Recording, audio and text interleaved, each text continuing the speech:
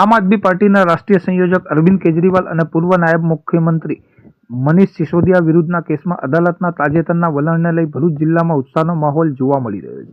આ મામલે ભરૂચ જિલ્લા સંગઠન મંત્રી દીપક પટેલે એક વિડીયો સંદેશ જાહેર કરી અદાલતના નિર્ણયને સત્ય અને ન્યાયની જીત ગણાવી છે। તેમણે જણાવ્યું હતું કે અદાલતે સ્પષ્ટ કર્યું છે કે આ નેતાઓ વિરુદ્ધ લગાવવામાં આવેલ આરોપોને સમર્થન આપતા કોઈ મજબૂત પુરાવા ઉપલબ્ધ નથી, જે સાબિત કરે છે કે આ સમગ્ર પ્રકરણ શરૂઆતથી જ રાજકીય રીતે પ્રેરિત હતું।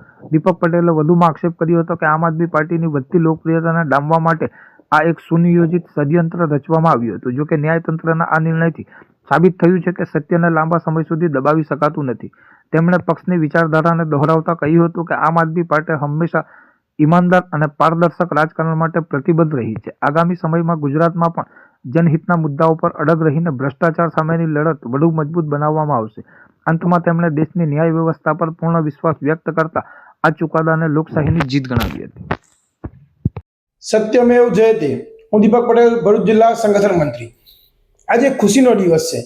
આમ આદમી પાર્ટીની વધતી લોકપ્રિયતાને અટકાવવા માટે જે દિલ્હી કેન્દ્ર સરકારે શરાબ ગોટાળાના ખોટા કેસો શ્રી અરવિંદ કેજરીવાલ પરજી અને મનીષ સિસોદિયા પર જે લગાવ્યા હતા, એ કેસને આજે દિલ્હી કોર્ટે ખારીજ કર્યા છે અને એમને બાઇજ્જત બરી કર્યા છે। સત્યની જીત થઈ છે। સત્ય પરેશાન થઈ શકે છે પણ પરાજિત નથી, એ સાબિત થયું છે।